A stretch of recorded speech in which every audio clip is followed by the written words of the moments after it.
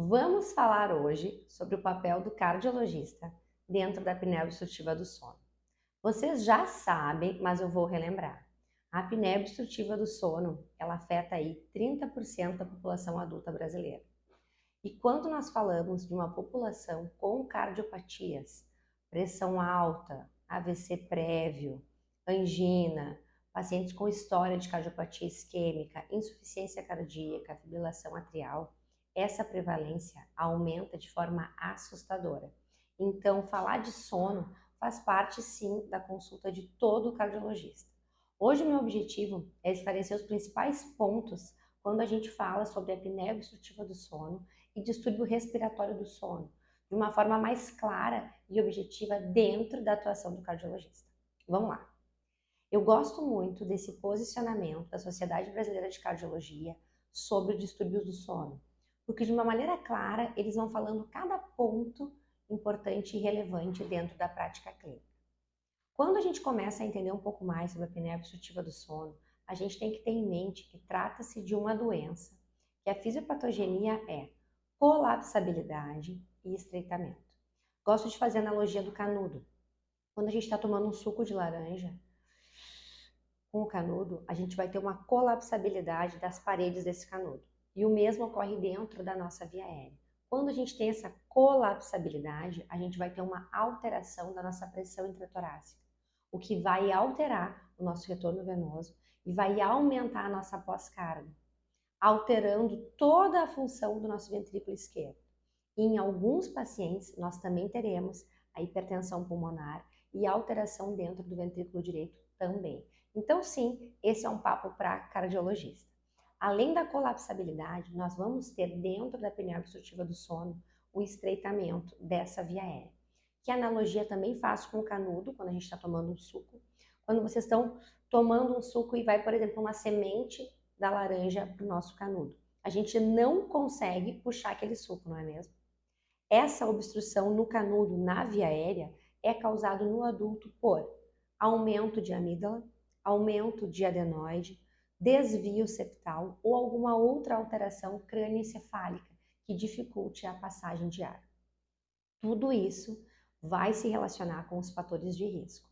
No adulto, os principais fatores de risco da apneia obstrutiva do sono, que todos nós temos que saber, é obesidade, fator de risco número 1 em adultos brasileiros, ser homem e estar envelhecendo. Esses são os 3 principais fatores de risco. Além disso, alteração anatômica, obstrução da via aérea, alguma doença neurológica que afete isso, e fatores cardiovasculares, hipertensão, fibrilação arterial, história de isquemia cardíaca, AVC prévio, tudo isso vai entrar em fatores de risco muito importantes dentro da apneia obstrutiva do sono, que o nome correto, o nome mais moderno é AOS, apneia obstrutiva do sono. Além disso, o que nós precisamos ficar atento quando a gente fala do cardiologista, do papel do cardiologista? Todo o paciente hipertenso, todo o paciente que vocês estão investigando hipertensão, doença cardíaca isquêmica, que teve uma história de angina, ele deve entrar na rotina de investigação de sono. A maneira mais simples da gente realizar isso dentro do nosso consultório é através de uma pergunta simples sobre sono. Como está o sono do senhor? Como tem sido o seu sono? Como tem sido sua noite de sono? Utilizando o acompanhante e o próprio paciente. Qual a sensibilidade disso? Muito baixa para os distúrbios do sono, cerca de 30%. Então, essa pergunta de como está o seu sono, ela é uma pergunta que não funciona bem, principalmente em pacientes com alguma alteração cardiológica. A outra maneira melhor, mais científica para a gente fazer isso, é utilizando questionários, que muitos colegas utilizam, inclusive na sala de espera, ou enviam para o paciente de forma online. O Stop Bang é uma ótima maneira da gente fazer esse rastreio de uma forma mais tranquila e rápida. Vamos usar, por exemplo, o Stop Bang dentro do nosso consultório. As próprias secretárias podem fazer esse questionário ou a gente pode enviar para os nossos pacientes de forma online. Stop Bang são perguntas simples que ele vai conseguir responder, que vão avaliar o risco para ele ter a apneia obstrutiva do sono. Se ele responder sim para 3 perguntas, ele é considerado alto risco. Lembrando que todo paciente com alguma cardiopatia já é alto risco. Dentro do Stop Bang tem algumas perguntas mais direcionadas a peso, IMC, perímetro cervical, que é uma medida muito importante para a gente fazer nos pacientes com suspeita de apneia obstrutiva do sono. Mas mesmo Stop Bang, nós vamos ter uma sensibilidade de mais de 80%, mas uma especificidade baixa, abaixo de 50%, tá? Ele é um teste legal que a gente pode usar para rastreio do nosso consultório de uma forma rápida. Mas isso não vai substituir a realização das polissonografias, que são os exames do sono. Hoje em dia, para a gente fazer o diagnóstico de apneia obstrutiva do sono, nós precisamos de um critério clínico mais uma polissonografia. Ou o paciente não tem queixa clínica, mas apresenta uma polissonografia com mais de 15 eventos por hora.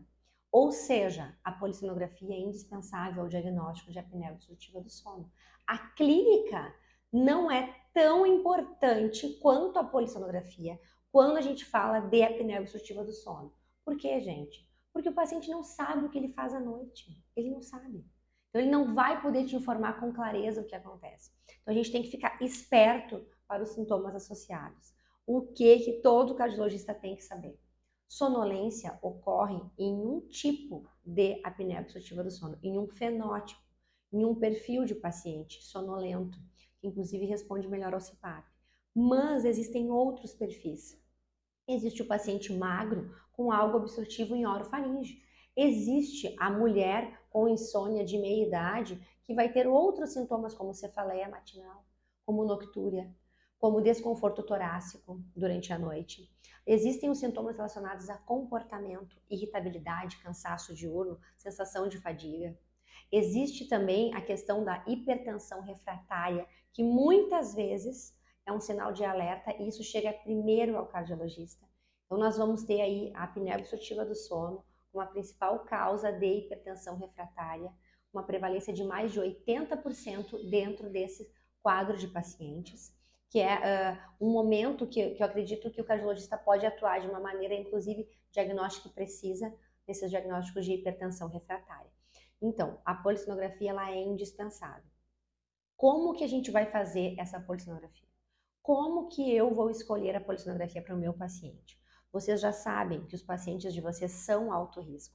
Então, os pacientes de vocês já podem realizar a monitorização portátil, que são os tipos 3 e 4 de polissonografia. Por quê? Ser um paciente hipertenso já é alto risco. Ser um paciente obeso já é um alto risco. Ou então ter um Stop Bang, que ele respondeu mais de 3 sim para as perguntas do questionário. Essa polissonografia domiciliar, então qual é o diferencial dela quando a gente compara com a polissonografia tipo 1 e 2? Polissonografia tipo 3 e 4, nós vamos ter menos sensores, nós vamos estimar o sono, nós não temos a monitorização do eletroencefalograma. Então esse aparelho ele estima o sono, ele considera que o paciente está dormindo quando ele não está em movimento. O que acontece? Qual é o problema desse exame? Ele vai subestimar os eventos do paciente. As hipopneias do paciente serão subestimadas. Quando nós falamos de um paciente de alto risco, isso não tem tanto peso no diagnóstico, porque esse paciente ele vai ser provavelmente um moderado ou um grave. Quando que isso vai pesar para a gente? Quando nós deixarmos de fazer um diagnóstico de apneia obstrutiva do sono por não termos feito uma poli mais ampla, tipo 1 e tipo 2. Então, aquele paciente que tem baixa suspeição, baixo risco, aquele paciente que parece não ter apneia obstrutiva do sono, esse paciente ele é um candidato a fazer um exame mais completo, tipo 1 ou tipo 2. Então, o tipo 3 e o tipo 4 vão atender perfeitamente os pacientes de alto risco, podem ser feitos de forma domiciliar. O laudo ele é um laudo que vai avaliar os distúrbios respiratórios, ele vai estimar sono, então, se o paciente ficar completamente parado durante a noite, o aparelho não vai te dizer exatamente que ele dormiu, vai te dizer que ele estimou o sono, é um tempo estimado, tá? Então não é o verdadeiro sono. Vocês não vão conseguir ver no tipo 3, no tipo 4, as fases do sono do paciente, isso vocês não vão ver.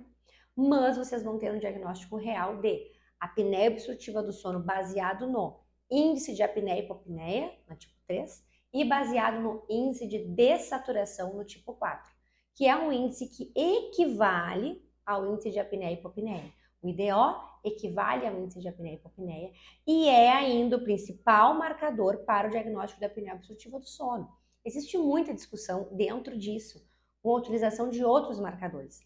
Tempo de saturação abaixo de 90, nadir mínimo de saturação, mas hoje em dia o diagnóstico ainda é feito por IDO no tipo 4 e IH no tipo 3. Ah não, Amanda, mas eu tenho dúvida. Eu tenho acesso aqui na minha cidade, eu posso fazer uma polissonografia tipo 1 de laboratório, completa, padrão ouro, incrível, que ninguém vai discutir comigo? É claro que tu pode fazer. Tu sempre pode fazer uma tipo 1, é o padrão ouro, é o exame mais completo. Só que ele também é o exame mais caro. Teu paciente vai dormir fora de casa, vai dormir numa situação com menos validade externa. Não é uma situação real, não é o travesseiro dele. Mas a polissonografia tipo 1, ela é incrível, ela é maravilhosa.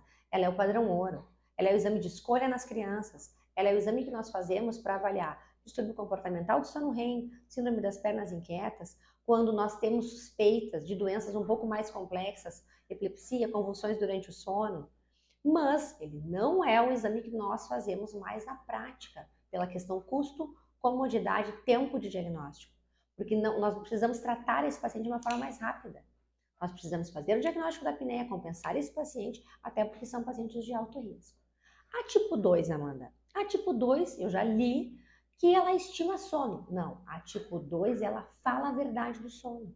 A única diferença é que nós não teremos tantos eletrodos, tanta monitorização do eletroencefalograma, que nós fazemos no laboratório. Nós vamos ter apenas um canal e esse paciente ele vai montado para a casa dele, ou na casa dele, alguém, um técnico, vai lá e monta o paciente para fazer a avaliação do sono.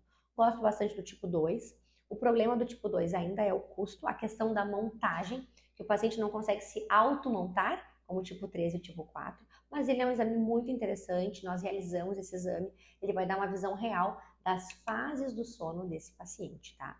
Então, esse arsenal de 4 tipos de polissonografia, o Stop Bang, para mim, assim, todos os cardiologistas, quem atende pacientes com alguma cardiopatia deve fazer, deve conhecer.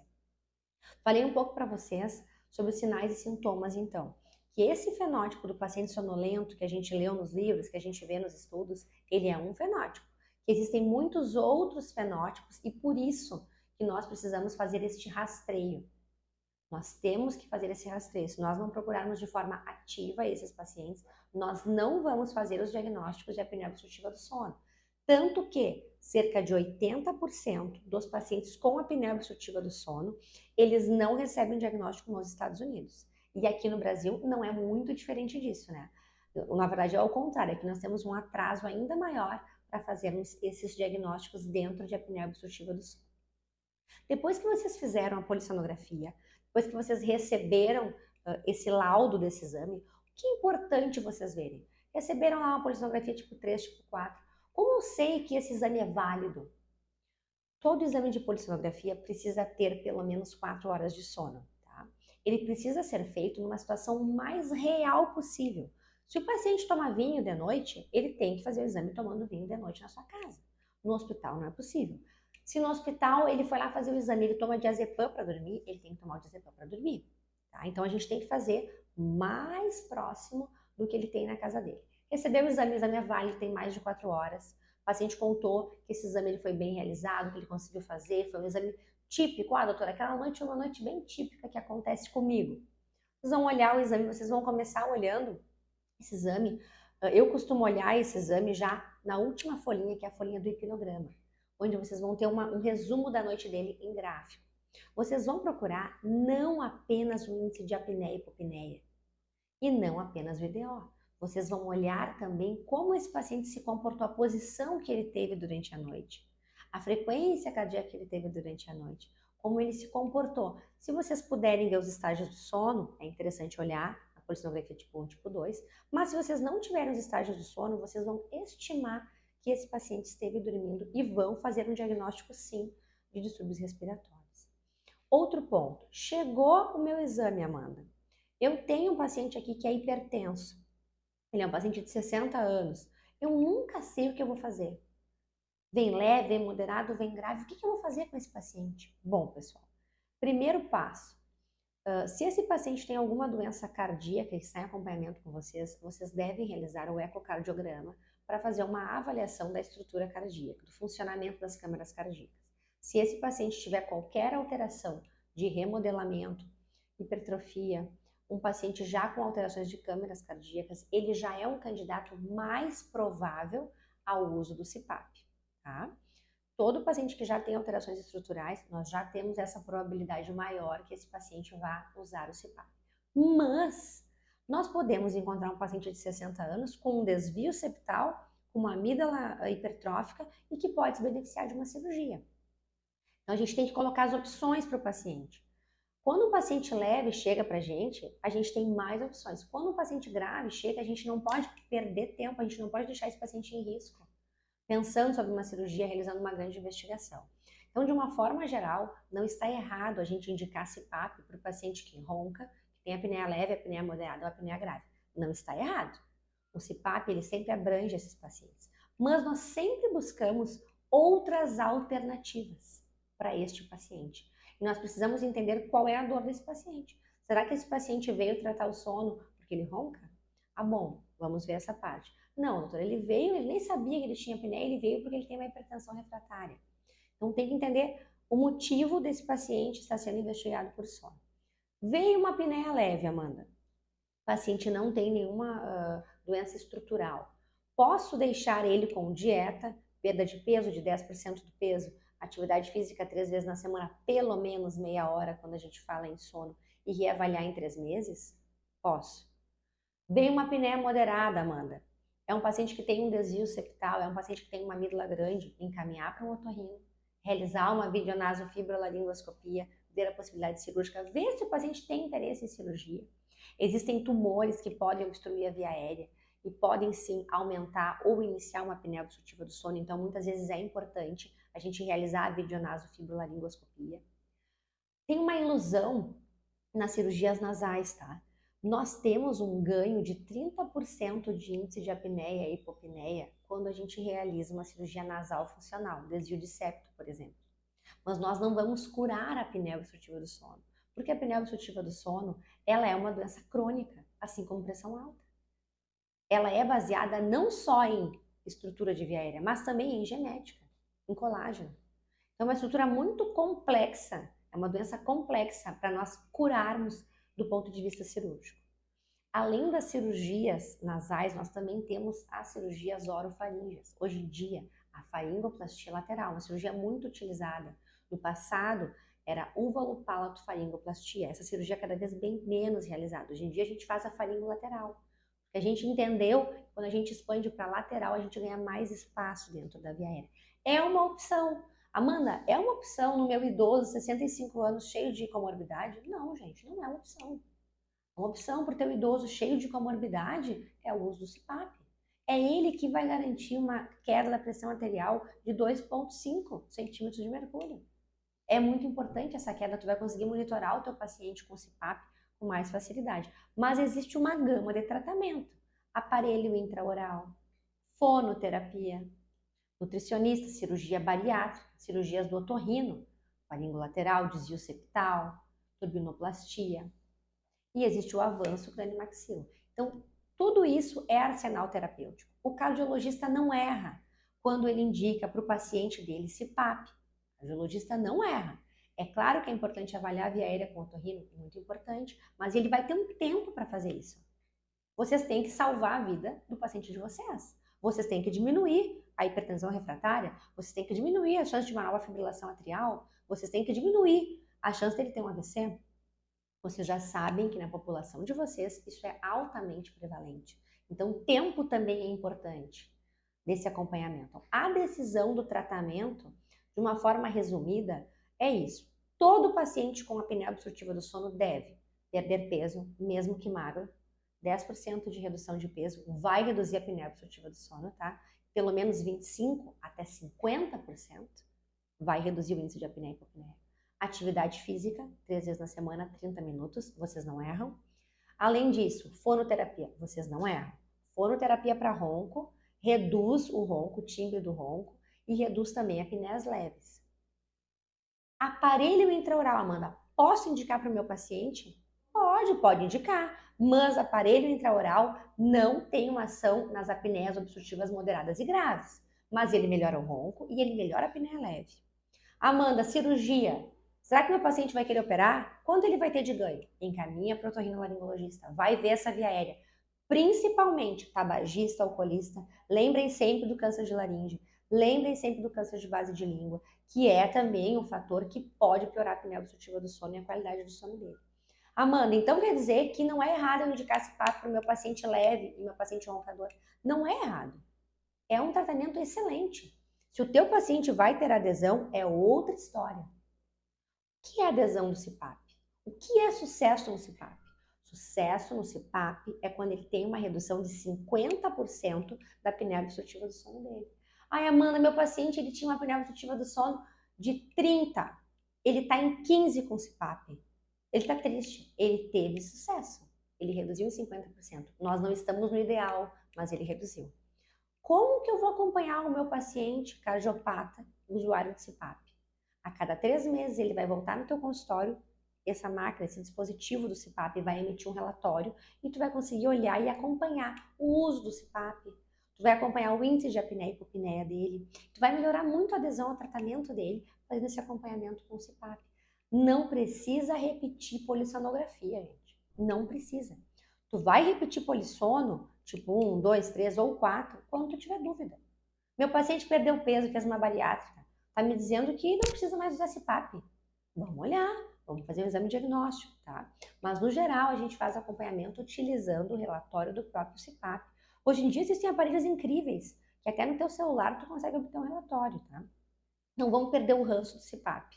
O CPAP, ele é um dispositivo incrível, ele nos ajuda muito, ele é excelente para pacientes com alguma cardiopatia que a gente precisa ganhar tempo, e ele não é para sempre. O paciente pode adaptar o CPAP, perder peso, melhorar a qualidade de vida, melhorar os seus índices cardiovasculares e posteriormente fazer uma cirurgia, usar um aparelho intraoral, planejar uma bariátrica. Lembrem, paciente com apneia obstrutiva do sono, ele tem risco maior cirúrgico. A gente tem que preparar esses pacientes para esse momento da cirurgia também. Fonoterapia, Amanda, é para sempre? Sim. Fonoterapia é igual musculação. Quando vocês fazem a fono, vocês vão ter um ganho muscular, vocês vão melhorar aquela colapsabilidade da via aérea. Parou de fazer, colapsabilidade volta, tá? Mas ele é interessante. Para pacientes idosos, ele tem um bom ganho, sempre associado. O tratamento ele vai ser multi. Eu vou indicar perda de peso, eu vou indicar atividade física, por que não fono? O paciente tem urgência, tem algum remodelamento cardíaco, já vamos colocar um CPAP. Já vou encaminhar para minha otorrino ver a via aérea. Já vou pensar, quem sabe, mandar para um dentista, fazer uma avaliação dentária. Será que a gente consegue fazer um avanço? Será que é um paciente micrognata? Então, o tratamento, pessoal, ele é multi, mas vocês conseguem acertar esse tratamento pensando na doença do paciente de vocês. Um paciente grave, ele tem que receber um tratamento mais rápido. Amanda, eu sempre tenho dúvida se meu paciente vai adaptar ou não ao CPAP. Como é esse processo?